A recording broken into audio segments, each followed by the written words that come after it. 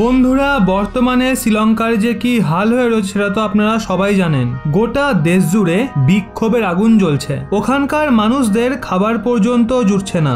এমন সিচুয়েশনে শ্রীলঙ্কা থেকে আরো দুটো চাঞ্চল্যকর খবর বেরিয়ে আসছে। আসলে শ্রীলঙ্কায় রাজাপক্ষ ফ্যামিলি ক্ষমতায় আছে, দুই ভাই মিলে দেশ চালাচ্ছিল, যেখানে বড় ভাই মাহিন্দ্রা রাজাপক্ষ ছিলেন শ্রীলঙ্কার প্রধানমন্ত্রী, ওদিকে ছোট ভাই গোটাবায়া রাজাপক্ষ হলেন শ্রীলঙ্কার রাষ্ট্রপতি। এবার খবর যেটা বেরিয়েছে, মাহিন্দ্রা রাজাপক্ষ যিনি শ্রীলঙ্কার প্রধানমন্ত্রী ছিলেন উনি ইস্তফা দিয়ে দিয়েছেন এবং তার ভাই যে রাষ্ট্রপতি রয়েছেন গোটাবায়া রাজাপক্ষ তাকে তার ইস্তফাপত্র সঁপেও দিয়েছে। আর শ্রীলঙ্কার এমন দুরবস্থার জন্য ভারত মারাত্মক সংকটে পড়তে পারে, সেটা নিয়ে পরে বলছি। এখন এই মাহিন্দ্রা রাজাপক্ষ তার ইস্তফার জন্য অফিসিয়ালি যে স্টেটমেন্ট দিয়েছে সেটা হলো, আমাদের দেশ শ্রীলঙ্কা এই সময় মারাত্মক আর্থিক সংকটে ফেসে গেছে, বেশ কয়েকদিন ধরেই আমার ইস্তফার দাবি উঠছে, তাই দেশের এবং দেশের নাগরিকদের মঙ্গলের জন্য আমি আমার পদ থেকে ইস্তফা দিচ্ছি।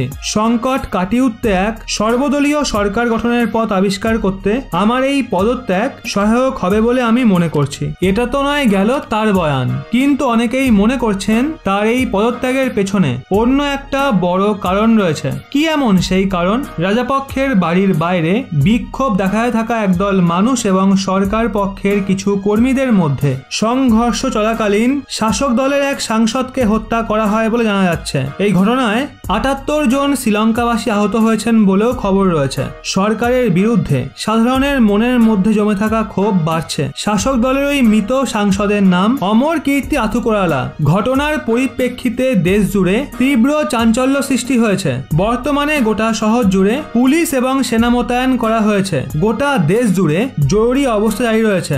বর্তমানে শ্রীলঙ্কাতে বিদ্যুৎ সংকট ভয়ঙ্কর রূপ ধারণ করেছে। এমতো অবস্থায় জ্বালানি তেল এবং রান্নার গ্যাস সহ মূল্যবান জিনিসের দাম আকাশ ছুঁয়েছে। বিদ্যুৎ সংকটের মুখে পড়া শ্রীলঙ্কার বাসিন্দারা দীর্ঘদিন ধরেই প্রধানমন্ত্রীর ইস্তফা দাবি করে আসছেন। শ্রীলঙ্কার গোটা মন্ত্রিসভা ইস্তফা দিলেও প্রধানমন্ত্রী কিছুতেই নিজের পদ ছাড়তে রাজি হচ্ছিলেন না। কিন্তু এখন ওখানকার নাগরিকরা বেপরোয়া হয়ে গেছে, ক্ষমতা থাকা মানুষদের মারাও শুরু করে দিয়েছে। তাই প্রাণের ভয়ে মাহিন্দ্রা রাজাপক্ষ নিজের পদ থেকে ইস্তফা দিয়েছেন। আর উনি ভালো মতোই জানেন যে তার বিরুদ্ধে কোনো কার্যকলাপও হবে না, কারণ তার নিজের ভাই গোটাবায়া রাজাপক্ষই ওই দেশের রাষ্ট্রপতি। এদিকে শ্রীলঙ্কার রাষ্ট্রপতি গোটাবায়া রাজাপক্ষের কাছে প্রধানমন্ত্রী হিসেবে পদত্যাগ পত্র জমা দেওয়ার পর উত্তর পশ্চিম প্রদেশে মাহিন্দ্রা রাজাপক্ষের বাড়িতে বিক্ষোভকারীরা আগুন লাগিয়ে দেয়। আশা করি এর থেকে আপনারা বুঝতে পারছেন ওখানকার মানুষদের ক্ষোভ কোন পর্যায়ে পৌঁছে গেছে।